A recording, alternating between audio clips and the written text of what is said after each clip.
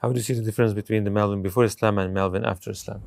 So it's something that I'm still working on. It's definitely in my sabr. I've calmed down a lot because of the life that I was in. I was always angry. I was pretty upset a lot of the times because that's the way that you have to carry yourself. Like I said, when you're raised in that type of environment, you can't be a sucker.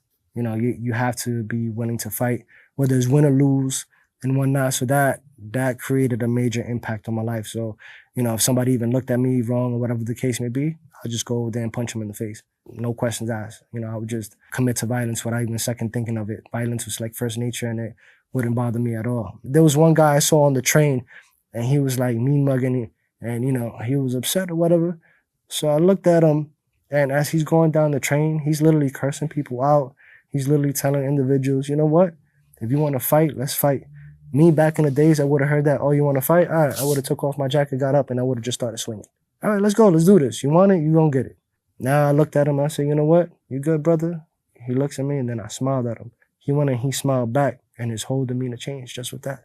When he was walking down, and I smiled at him, he smiled back at me. His whole from cursing to everybody to I want to fight and all this other stuff, he opened up. Started talking about what was his problem.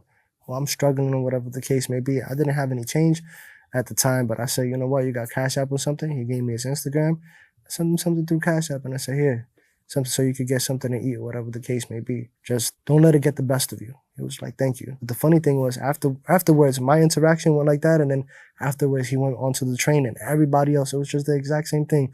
But with me, he calmed down, his demeanor changed, and he was grateful. So imagine if somebody in the other cart would have just smiled at him. He goes to the next cart, somebody else would have smiled at him. His demeanor would have been changing that whole time, would have been softening the individual's heart up. That's something that we gotta, taking a look within ourselves